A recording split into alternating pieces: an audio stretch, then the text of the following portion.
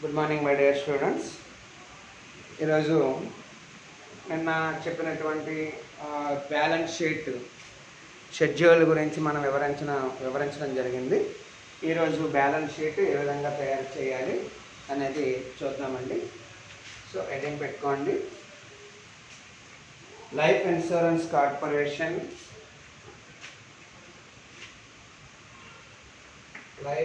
LIC corporation balance sheet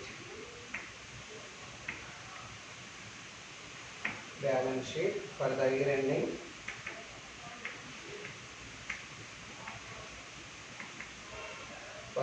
ending ఎంత ఇచ్చాడో date చూడండి. 31/12/2006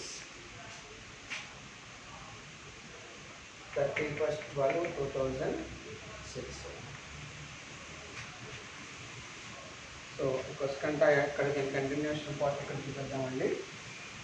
ఇక్కడ మీరు బ్యాలెన్స్ షీట్ వేసేటప్పుడు ఖచ్చితంగా ఇన్నర్ కాలం అవుటర్ కాలం కూడా తీసుకోండి అని చెప్పాను. ఎందుకంటే మనం లాస్ట్ షెడ్యూల్లో ఇన్నర్ కాలంలోనే వాటిని చూపించారు కాబట్టి కొంచెం కాన్సన్ట్రేషన్ దాని మీద చేయండి.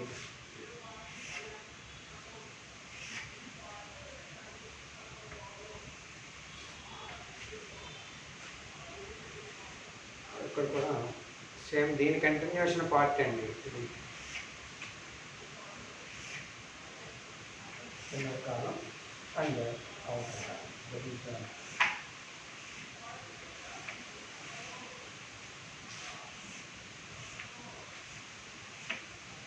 So particulars, schedule number,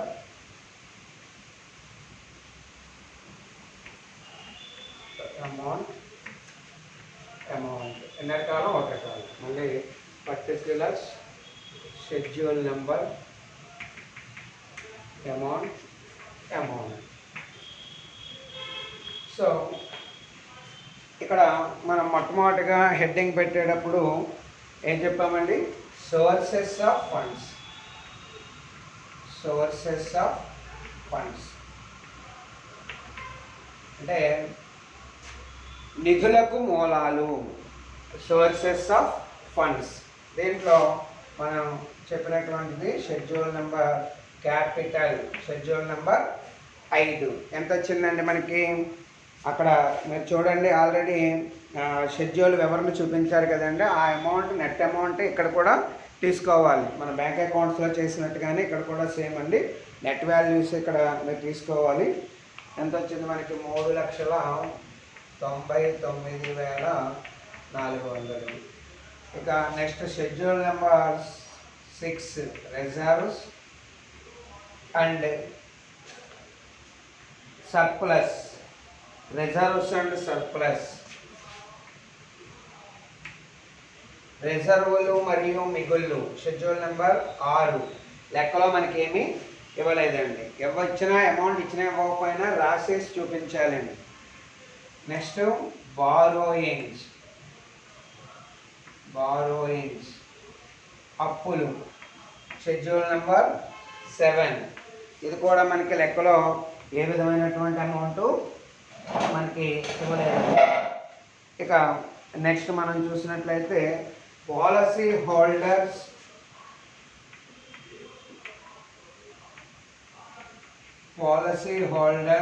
funds. పాలసీదారుల నిధులు. దీనికి షెడ్యూల్ ఏమీ ఉండదండి, లెక్కలో ఏమైనా ఉందేమో చూడండి. పాలసీ హోల్డర్ ఫండ్స్ అని చెప్పి మనకి 14 లక్షల రూపాయలు. అంటే ఇది జీవిత బీమా నిధి అని మనకి లెక్కలో ఇచ్చాడు చూడండి. దాన్ని పాలసీ హోల్డర్ ఫండ్స్ అనే దాంట్లో చూపించాలి. అర్థమైందండి? మీకు ట్రయల్ బ్యాలెన్స్లో life insurance fund at the beginning అని ఇచ్చాడు చూడండి. దాన్ని ఇక్కడ పాలసీదారులకు సంబంధించినటువంటి నిధులుగా మీరు చూపించాలి. Next funds for future appropriation.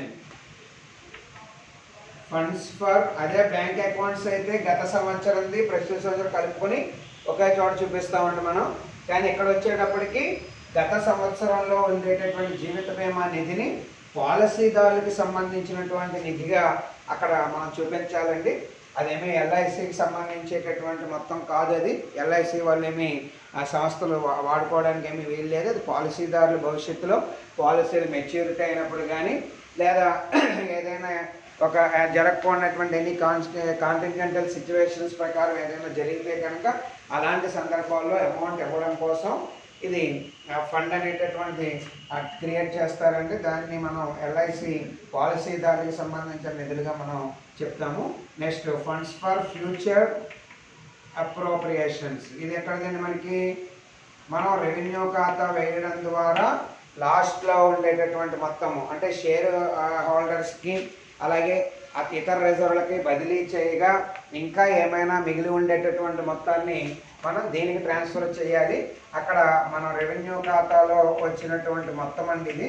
ఇక దీనికి సంబంధించి ఒక విషయం ఏంటంటే మీరు బ్యాంక్ అకౌంట్స్ లాగే ఇక్కడ కూడా కొంచెం గ్యాప్ తీసుకుని కింద కొట్టండి. అంటే ఒకవేళ if any differences in trial balance అండి ఒకవేళ ఉంటే కనుక దాన్ని మళ్ళీ మనం ఇక్కడ అడ్జస్ట్మెంట్ అనేటటువంటి చేసుకోవాలండి. ట్రయల్ బ్యాలెన్స్ డిఫరెన్స్గా ఇక్కడ చూపించడం అనేది జరుగుతుంది. అది అప్పుల సైడ్ ఉంటే ఇక్కడ చూపిస్తాము, ఒకవేళ ఆస్తుల సైడ్ ఉంటే అక్కడ చూపిస్తామండి. కాబట్టి మీరు ఖచ్చితంగా దీని వెంటనే కింద కొట్టేయకుండా కొంచెం గ్యాప్ తీసుకుని టోటల్ అనేటటువంటివి చేయండి అంతే. సో టోటల్ వచ్చి 18,57,700 అండి. ఇది టోటల్. ఇప్పుడు నెక్స్ట్ అప్లికేషన్ ఆఫ్ ఫండ్స్, నిధుల వినియోగాలు. అప్లికేషన్ ఆఫ్ ఫండ్స్, నిధుల వినియోగాలు. ఈ నిధుల వినియోగాలు అనేటటువంటిది ఇలా ఏమేమి ఉంటాయో చూడండి మీకు ఇందులో. ఒకటి షెడ్యూల్ నెంబర్ 8 వచ్చి ఇన్వెస్ట్మెంట్స్. షెడ్యూల్ నెంబర్ 8 వచ్చి ఇన్వెస్ట్మెంట్స్ వచ్చి మీరు ఒక చిన్న విషయం అండి, మనం ఎన్నర కాలంలో చూపిస్తున్నాము కాబట్టి ఈ అమౌంట్ని కొంచెం ఇన్సైడ్కి వేయండి. ఎందుకంటే మళ్ళీ రేపు మళ్ళీ ఇప్పుడున్న అడ్జస్ట్మెంట్లో ఏదైనా మనకు ప్రాబ్లం వస్తే కనుక ఇబ్బంది పడతారు. అందు గురించి ఎన్నర కాలంలోనే చూపించానండి. ఎన్నర కాలం వేయక్కర్లేదు. ఏదైనా అడ్జస్ట్మెంట్స్ అంటే ఇక్కడ చూపించాలి. నేను ఈ కాలంలో చూపించడం జరిగింది. సో మీరు మాత్రం ఇక్కడ అవుటర్ కాలంలోనే తీసుకోండి అంతే. 18,57,700 ఈ కాలంలో ఏమీ రాయకండి, అవుటర్ కాలంలోనే వేయండి. ఎక్కడైనా అడ్జస్ట్మెంట్స్ ఉంటే కనుక అప్పుడు చూపిస్తాము. సాధారణంగా ఆస్తుల్లోనే వస్తుందండి అడ్జస్ట్మెంట్ మనకి 13-14 షెడ్యూల్లే. మిగతాదంతా కూడా మీరు అవుటర్ కాలంలో వేసేసుకోవచ్చు. చూడండి, ఇన్వెస్ట్మెంట్స్కి సంబంధించి మనకి ఎంత వచ్చిందండి? పెట్టుబడులు వచ్చి 15 లక్షలు మనకి ఇవ్వడం జరిగింది. ఇది కూడా డైరెక్ట్గా అవుటర్ కాలంలోనే చూపించేయండి. ఇక నెక్స్ట్ షెడ్యూల్ నెంబర్ 9 వచ్చి loans under schedule number 9. Loans ఏమీ కూడా లెక్కలో మనకి ఇవ్వలేదండి. నెక్స్ట్ షెడ్యూల్ నెంబర్ 10 వచ్చి ఫిక్స్డ్ అసెట్స్. షెడ్యూల్ నెంబర్ 10 స్థిరాస్తులు ఎంత ఇచ్చాడండి మనకి? 4,33,700 వచ్చింది. 4,33,700 వచ్చింది. సో నెక్స్ట్ ఇక్కడ కంటిన్యూషన్ చేస్తున్నానండి షెడ్యూల్, రిమైనింగ్ షెడ్యూల్స్. మీరు పేపర్లో కిందకే డౌన్కే తీసుకోండి. ఈ విధంగా మీరు ఏమి కొట్టద్దండి, ఎందుకంటే ఇలా తీసేసి ఇలా కొట్టారు కదా అని. దీని కంటిన్యూషన్ అంటే మళ్ళీ చెరుపు చేయడం ఎందుకని చెప్పి నేను ఆ విధంగా చేస్తున్నాను.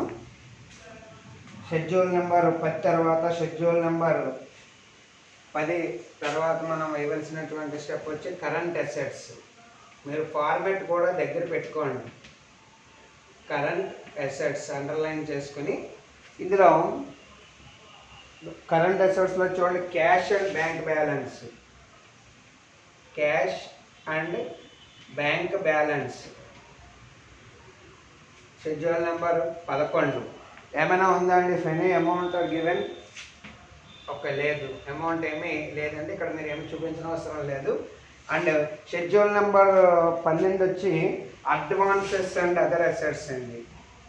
Advances and other assets schedule number 12 ఏమైనా ఉందండి. మొత్తం మనకి అడ్వాన్సెస్ అండ్ అదర్ అసెట్స్ కింద వచ్చి మనకి 30,000 రూపాయలు ఇక్కడ ఇవ్వడం జరిగింది. సో నెక్స్ట్ మనకి దీంట్లోంచి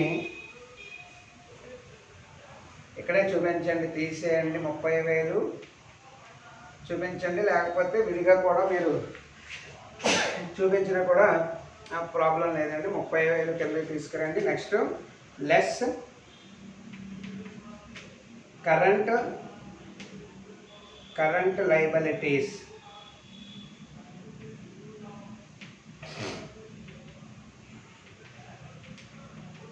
కరెంట్ లయబిలిటీస్ వచ్చి మనకి 13 అండి షెడ్యూల్. ఇందులో మనకి ఎంత ఇచ్చాడండి అమౌంట్ వచ్చి 13 వచ్చి ఎంతండి 1,06,000 మనకి రావడం జరిగింది. 1,06,000 ఇది మైనస్ వాల్యూ కాబట్టి ఇక్కడ తీసుకురండి. -76,000 ఇక్కడ చూపించండి. అండ్ ఇక్కడ మళ్ళీ ఇంకొక పాయింట్ చూపిస్తాం మనం, ఏంటది ప్రావిజన్స్ అండి. నెక్స్ట్ ప్రావిజన్స్, ఇది కూడా లెస్సే. ప్రావిజన్స్ వచ్చి షెడ్యూల్ నెంబర్ 14 అమౌంట్ ఏమీ లేదండి, -76,000. ఇప్పుడు మీరు ఏం చేయాలంటే ఈ ఆస్తులకు సంబంధించేటటువంటి మొత్తాలు అంటే 15 లక్షలు, 4,33,700 అంటే 19,33,700 నుంచి 76,000 రూపాయలు తీసేయాలండి. మైనస్ వాల్యూ వచ్చింది కాబట్టి ఇక్కడ మనం దీన్ని తీసివేయడం అనేటటువంటి చేయాలి. కారణం ఏంటంటే ఇక్కడ షెడ్యూల్ నెంబర్ 13, 14 మొత్తం ఎక్కువగా ఉంది 11, 12 కన్నా. కాబట్టి కరెంట్ అసెట్స్ కన్నా కరెంట్ లయబిలిటీస్ ఎక్కువగా ఉన్నాయి కాబట్టి అక్కడ మైనస్ వాల్యూ మనం చూపించాము. మీరు ఈ ఆస్తులకు సంబంధించినటువంటి 15 లక్షలు, 4,33,700 కలిసి 19,33,700 నుంచి ఈ 76,000 రూపాయలు తీసేయండి. 19,33,700 నుంచి 76,000 రూపాయలని తీసేయండి. తీసేస్తే మనకి ఎంత వచ్చిందో చూడండి.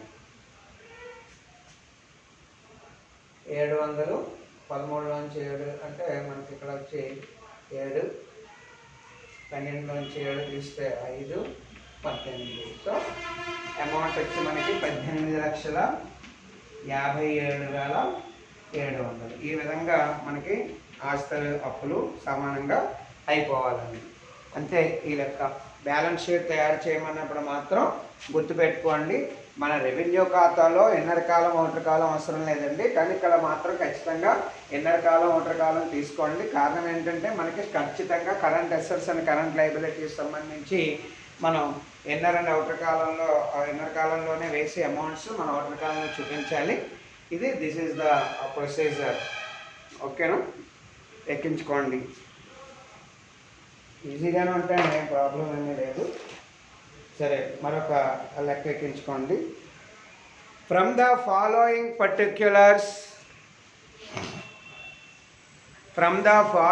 Particulars prepare revenue account and balance sheet of Life Insurance Corporation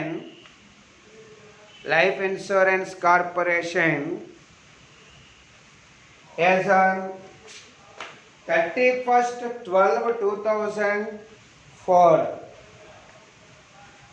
రాయండి. ఒక జీవిత బీమా సంస్థ యొక్క 31/12/2004తో అంతమయ్యే కాలానికి ఈ క్రింది సమాచారం ఆధారంగా రెవెన్యూ ఖాతాను ఆస్తి అప్పుల పట్టీని తయారు చేయండి. Okay, debit balance, credit balance వేసుకోండి. Debit balance, credit balance. Debit బ్యాలెన్స్లో చూడండి, క్లెయిమ్స్ బై డెత్, మరణంల వల్ల క్లెయిములు 1,00,000 రూపాయలు, 1 lakh. Next claims by maturity, గడువు తీరడం వల్ల క్లెయిములు 3,00,000. Next surrenders, వదులుకోళ్ళు 30,000. యాన్యువిటీస్, వార్షికాలు 20,000. క్యాష్ బోనస్, నగదు bonus 10,000. Bonus in reduction of premium, premium తగ్గింపుగా వినియోగించిన bonus, bonus in reduction of premium 20,000. Buildings, భవనాలు 3,70,000, 3,70,000. నెక్స్ట్ ఇన్వెస్ట్మెంట్స్, పెట్టుబడులు 5,00,000. నెక్స్ట్ లోన్స్, అప్పులు 3 lakhs.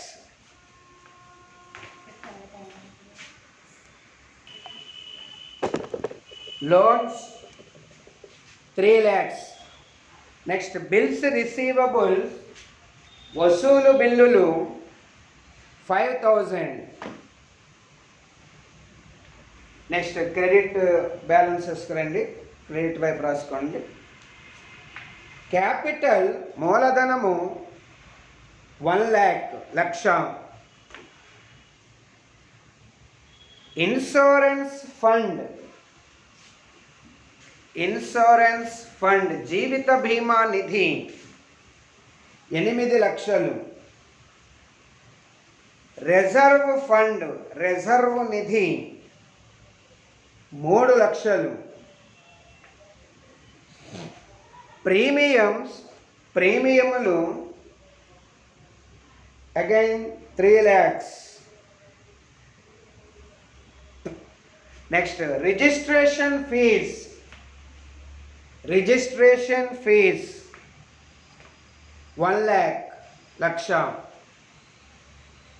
కన్సిడరేషన్ ఫర్ యాన్యువిటీస్, వార్షిక చెల్లింపులకు ప్రతిఫలం 50,000, 50,000. బిల్స్ పేబుల్, చెల్లింపు బిల్లులు 5,000. టోటల్ 16,55,000, 16,55,000. నెక్స్ట్ అడ్జస్ట్మెంట్స్, సర్దుబాట్లు. Claims admitted by maturity but not paid, ఇంకనూ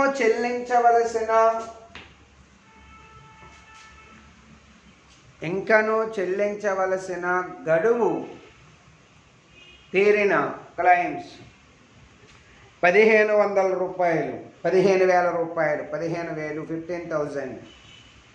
next further bonus utilised for reduction of premium, premium తగ్గింపుగా వినియోగించిన బోనస్ 5,000.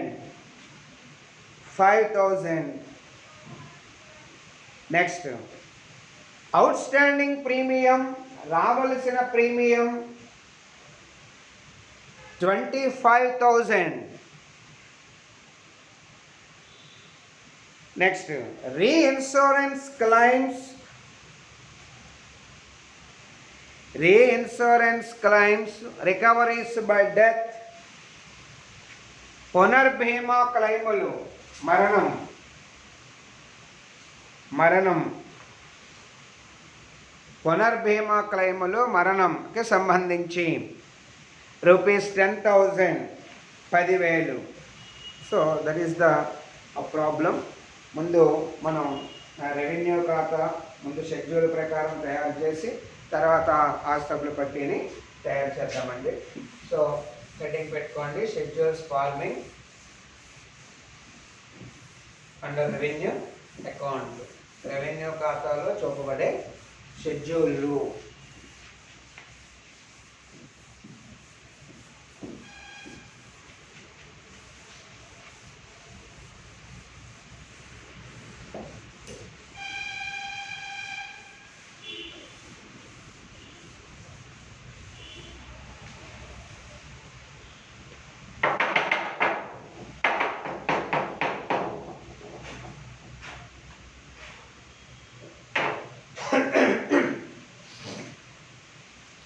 మొట్టమొదటిగా షెడ్యూల్ నెంబర్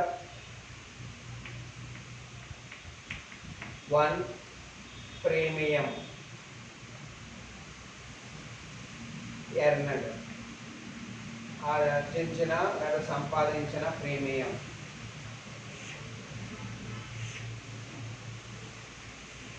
చూడండి, లెక్కలో మనకి ప్రీమియం అని ఎంత ఇచ్చాడు చూడండి. ప్రీమియం అని మనకు లెక్కలో ఎంత ఇచ్చాడు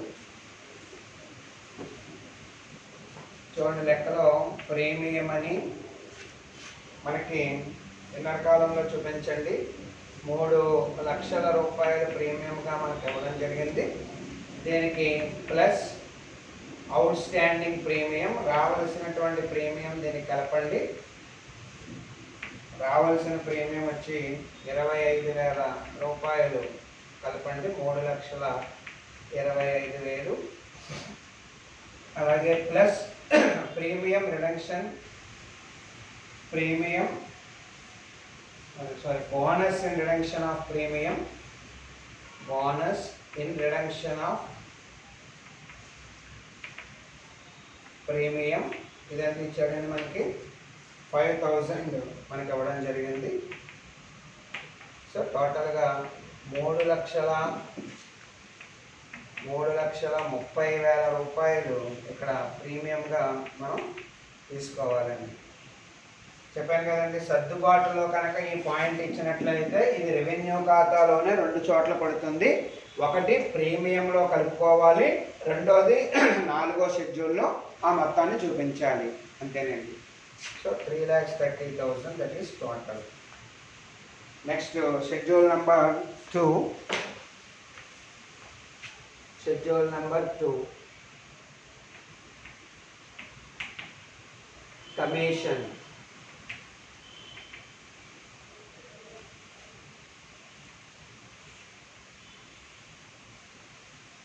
commission particular amount, commission paid, చెల్లించిన కమిషన్. లెక్కలో కమిషన్ ఏమీ లేదండి, డాష్ టోటల్. ఇక next schedule number 3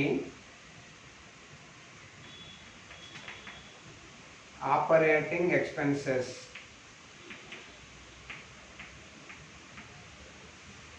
operating expenses ఏమైనా ఉన్నాయేమో చూడండి. Particular amount. ఆపరేటింగ్ ఎక్స్పెన్సెస్ లెక్కలో ఏమీ కూడా కనిపించలేదండి. ఇది కూడా రాసేసి వదిలేసేయండి. ఆపరేటింగ్ ఎక్స్పెన్సెస్ ఆఫ్ మేనేజ్మెంట్ అని చెప్పి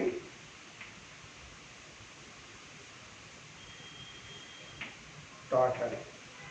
లేదండి, ఏమి ఇవ్వలేదు లెక్కలో, అయినా రాసేసి వదిలేసేయాలి. Next schedule number 4 benefits paid.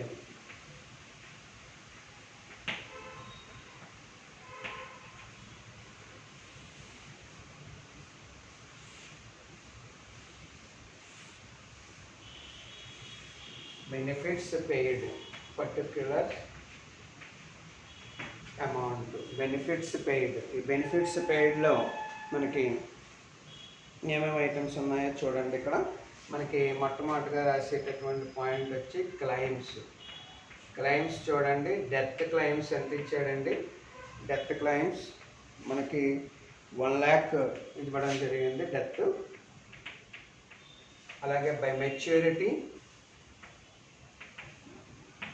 Maturity ఎంత ఉందండి, 3 లక్షలు ఇచ్చాడు మనకి. టోటల్గా క్లైమ్స్ అనే పాయింట్ వచ్చి 4 lakhs. విన్నర్ కాలంలో చూపించండి, ఎందుకంటే ఇక్కడ అడ్జస్ట్మెంట్స్ ఇవ్వడం జరిగింది మనకి. అవుట్ స్టాండింగ్ క్లైమ్స్ ఉన్నాయి చూడండి, మెచ్యూరిటీ సంబంధించి outstanding claims by maturity దీనికి కలపండి. Outstanding claims by maturity వచ్చి మనకి 15,000 రూపాయలు మనకి ఇవ్వడం జరిగిందండి. 15,000 రూపీస్ ఇక్కడ తీసుకోండి. సో 4,15,000 ఉంది. అలాగే మీకు మరీ చెప్పాను, లెక్కలో సర్దుబాటులో ఏమైనా రీఇన్సూరెన్స్ అనే మాట కనపడితే మనం తీసేయాలి అని. So reinsurance claims by death అండి. బై డెత్కి సంబంధించి ఎంత ఇచ్చాడండి మనకి లెక్కలో. Reinsurance claims covered under reinsurance వచ్చి 10,000 రూపాయలు మనకి లెక్కలో ఇవ్వడం జరిగింది. తీసేస్తే మనకి 4,05,000 రూపాయలు ఒకటి కాలంలో చూపించండి. 4,05,000 it is the total claims amount. And next వచ్చి చూడండి, లెక్కలో మనకి యాన్యుమిటీస్ ఇచ్చాడు, సరెండర్స్ ఇచ్చాడు. ఈ సరెండర్స్ వచ్చి మనకి సరెండర్స్ ఎంత ఉన్నాయండి, ఎంత ఇచ్చాడు మనకి అమౌంట్. సరెండర్స్ 30,000 రూపాయల లెక్కలో ఇచ్చాడు. అలాగే యాన్యుమిటీస్ వార్షికాలు వచ్చి మనకి 20,000 రూపాయలు ఇవ్వడం జరిగింది. అలాగే ఇక్కడ bonus in reduction of premium మనకి లెక్కలో ఎంత ఇచ్చారో చూడండి. బోనస్ రిడక్షన్ ఆఫ్ ప్రీమియం అనేది మీకు ఈ పాయింట్ ఎక్కడ చూపించిన మార్క్ ఇస్తాడండి, లేదా మనం షెడ్యూల్ నెంబర్ 4 తర్వాత క్యాష్ బోనస్ అని రాస్తున్నాం కదండి, దాని కింద చూపించినా కూడా మార్క్ ఇస్తాడు. అంటే పర్టికులర్గా ఇక్కడ చూపించినా ఓకే, లేదా అక్కడ చూపించినా కూడా మార్క్ ఇస్తాడు. సో ఇక్కడ చూపించండి. ఇంకా ఒక ప్రొసీజర్లో ఎంత ఉంది మనకి లెక్కలో ఎంత ఇచ్చాడు. బోనస్ రిడక్షన్ ఆఫ్ ప్రీమియం వచ్చి 20,000 రూపాయలు ఇచ్చాడండి. ఇది ఒరిజినల్గా లెక్కలో ఉన్నది. ప్లస్ సర్దుబాటులో ఇచ్చినటువంటి అడిషనల్కి సంబంధించి ఒక 5,000 రూపాయల లెక్కలో ఉన్నాయి మనకి. మీకు చెప్పాను కదండి, ఇక్కడ ఈ 5,000 మనం ఖచ్చితంగా ఈ 5,000 ఇక్కడ పడుతుంది, మళ్ళీ ఇక్కడ చూపించాలి. ఆ అడ్జస్ట్మెంట్ ఒక్కటే 2 చోట్ల పడుతుందండి. ఒకటి ప్రీమియానికి కలపాలి, 2 దీనికి బెనిఫిట్స్ పెయిడ్ అనే దాంట్లో ఆ బోనస్ రిడక్షన్ ఆఫ్ ప్రీమియం అనేది దానికి కలుపుకోవాలి. టోటల్గా ఇక్కడ ఒక 30,000 రూపీస్ ఇక్కడ చూపించండి. అర్థమైందండి మీకు. ఈ పాయింట్ వచ్చి షెడ్యూల్ నెంబర్ 4లో చూపించినా పర్వాలేదు, లేదా ఇక్కడ వేయకుండా షెడ్యూల్ నెంబర్ 4 క్రింద మనం డైరెక్ట్గా రెవెన్యూ ఖాతాలోనే చూపించినా కూడా మార్క్ ఇస్తారు, ప్రాబ్లం ఏమీ లేదు. సో చూడండి టోటల్ ఎంత వచ్చిందో చూడండి. 3, 3, 6, 2 4,85,000. 4,85,000. That is the answer total. ఇప్పుడు మనం రెవెన్యూ ఖాతాని వేద్దాము. ఓన్లీ నెట్ వాల్యూసే తీసుకోవాలి.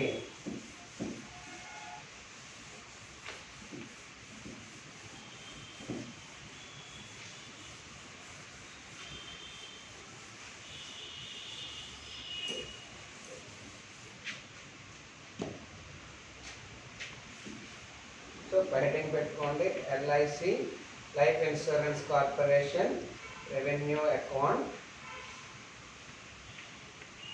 for the year ending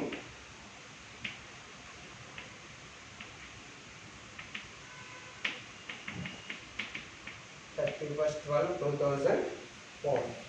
పేరు ఇస్తే పేరు చూపిస్తారు, లేకపోతే లైఫ్ ఇన్సూరెన్స్ కార్పొరేషన్ అని డైరెక్ట్గా చూపిస్తారండి. ఇది ఇక్కడ మీరు ఇన్నర్ కాలం అవుటర్ కాలం ఏమి కొట్టనవసరం లేదు. గత సంవత్సరము ఏమైనా లెక్కలో ఇస్తే చూడండి, మ్యాక్సిమం ప్రస్తుత సంవత్సరం గత సంవత్సరం ఒక పాయింటే ఉంటుంది.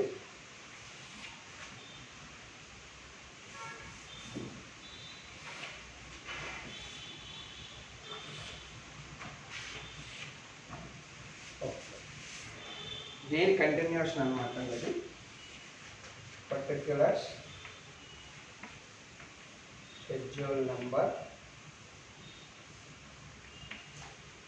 అమౌంట్స్ రూపీస్, అలాగే particulars schedule number amounts rupees. మొట్టమొదటిగా ప్రీమియం ఎర్నడ్, సంపాదించిన ప్రీమియం షెడ్యూల్ నెంబర్ 1. అమౌంట్ ఎంత వచ్చిందండి మనకి? షెడ్యూల్ నెంబర్ 1 వచ్చి 3,30,000. 3,30,000. నెక్స్ట్ ఇన్కమ్ ఫ్రమ్ ఇన్వెస్ట్మెంట్స్, ఏమైనా పెట్టుబడులకు సంబంధించి ఆదాయాలు, వడ్డీ డివిడెంట్లు కానీ రెంట్లు కానీ ఏమైనా ఉన్నాయా? ఇన్కమ్ ఫ్రమ్ ఇన్వెస్ట్మెంట్స్ ఏమీ లేవండి దీనికి. అలాగే అదర్ ఇన్కమ్లో మనం చూపించవలసినటువంటి ఐటమ్స్ 2 ఉన్నాయి చూడండి. ఒకటి ఇతర ఆదాయాల్లో, ఒకటి రిజిస్ట్రేషన్ ఫీజు ఎంత ఇచ్చాడో చూడండి. రిజిస్ట్రేషన్ ఫీజు వచ్చి 1,00,000 రూపాయలు రిజిస్ట్రేషన్ ఫీజు కింద కలెక్ట్ అయిందండి. అండ్ కన్సిడరేషన్ ఫర్ యాన్యుటీస్ గ్రాంటెడ్, ఇది కూడా ఎంత వచ్చిందో చూడండి. అమౌంట్ వచ్చి యాన్యుటీస్ గ్రాంటెడ్ వచ్చి 50,000. ఇంకా ఇన్కమ్ ఏమీ కూడా ఏమీ లేదు. టోటల్ చేసేయండి 4,80,000 రూపాయలు. That is total A. And the second commission 2 dash and operating expenses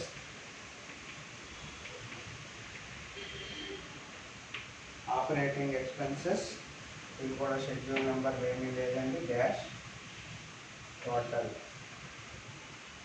బ్రాకెట్లో B. ఇక ఇక్కడ చూపించండి. బెనిఫిట్స్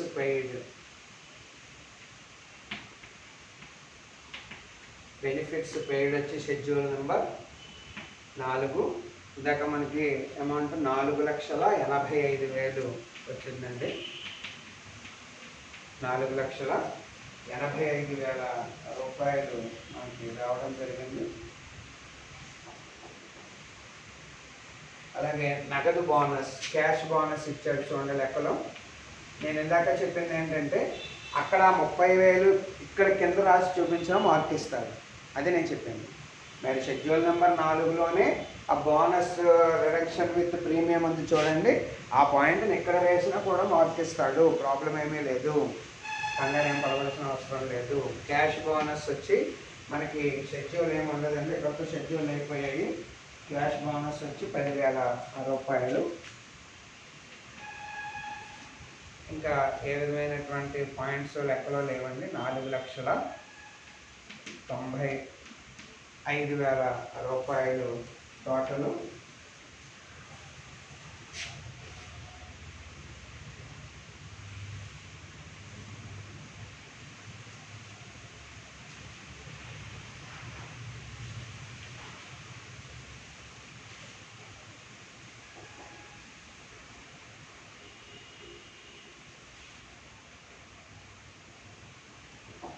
మనకి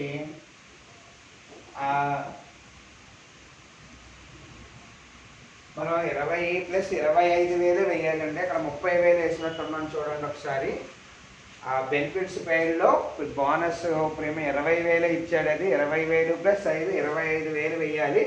అప్పుడు ఇక్కడ మనకి ఎంత వస్తుందండి? 25,000 వేస్తే 4,80,000 రూపాయలే మనకి కనబడుతుందండి. అక్కడ చూడండి, మనం 30,000 వేసినట్టున్నాము, 25,000 కింద చూపించినట్టున్నాం. అది లెక్కలో మనకి 20,000 ఇచ్చాడు.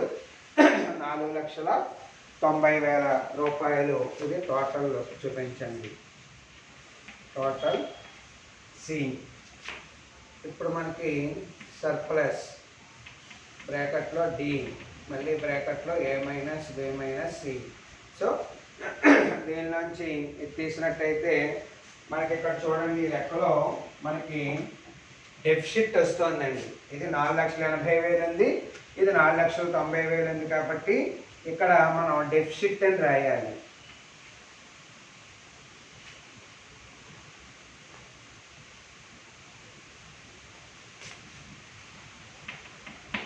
తెలుగు వాళ్ళు ఇది మామూలుగా మిగతా ప్రాసెస్ బ్రాకెట్లో డి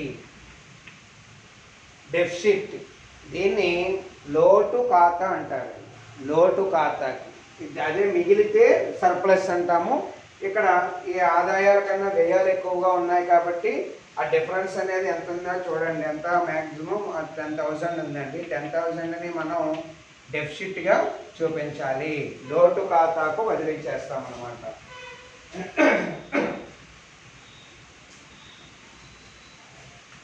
ఇక అప్రోప్రియేషన్స్ అనే రాసి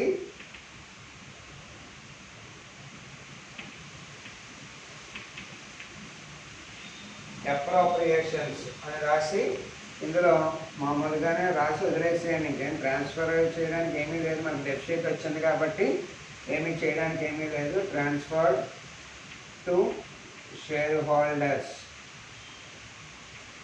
account dash transfer to other reserves dash balance for future appropriation, balance being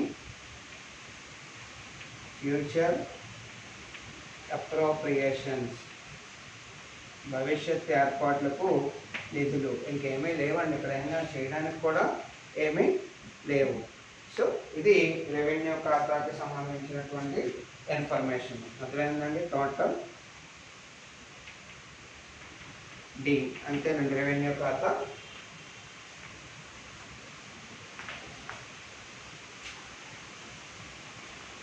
okay, ఇంకా బ్యాలెన్స్ షీట్కి సంబంధించినటువంటి షెడ్యూల్ అవి రేపు క్లాస్లో మనం చూద్దామండి. ఇది ముఖ్యంగా ఈ లెక్కలో మనకి సర్ప్లస్ వస్తే దాని నుంచి మనం బ్యాలెన్స్ అనేటటువంటిది ట్రాన్స్ఫర్ చేస్తామండి. ఇక్కడ డెఫిసిట్ వచ్చింది, ఇది ఒక పాయింట్ ఇంపార్టెంట్ దీంట్లో.